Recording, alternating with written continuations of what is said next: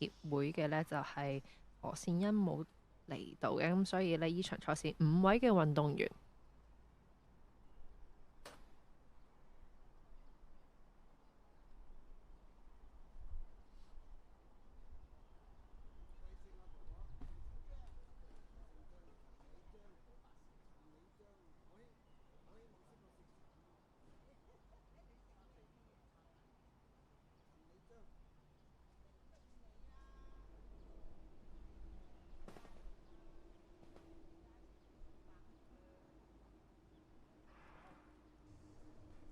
女子公開賽200米第一組初賽呢，亦都係順利開跑咗啦。咁去到一個大彎位呢，其實見到泰國嘅選手已經係一路領先咗啦。去到大直路呢，繼續係第一位跑出一段大距離。頭先喺內彎已經追咗上嚟啦，見到係啊，跟住之後見到韓國選手同埋焦慧欣係啦，焦慧欣追翻上嚟啦，中間位置都係唔錯嘅。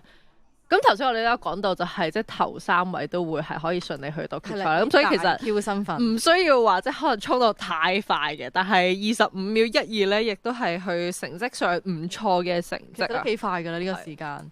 咁可能佢都已經係留咗力。咁啊頭先第一名衝過終點嘅就係嚟自泰國嘅選手啦 Samano 啊，咁啊以25秒12咧衝過終點。第2名衝過終點呢係公民體育會嘅焦慧欣，而第3名衝過終點嘅呢，就係嚟自韓國嘅安永芬。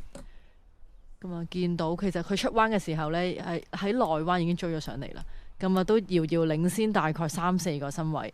咁啊，第2、3位呢，焦慧欣呢就追過翻安永芬。其實見到佢都係去到最尾就收咗少少步啦，已經收咗步啦。係。因為始終咧運動員即係可能朝頭早要跑初賽，去到晏晝要再跑決賽咧，未必會真係用晒所有嘅力，因為始終佢哋嘅 recovery 都需要啲時間嘅。如果佢真係即係可能初賽，除非佢真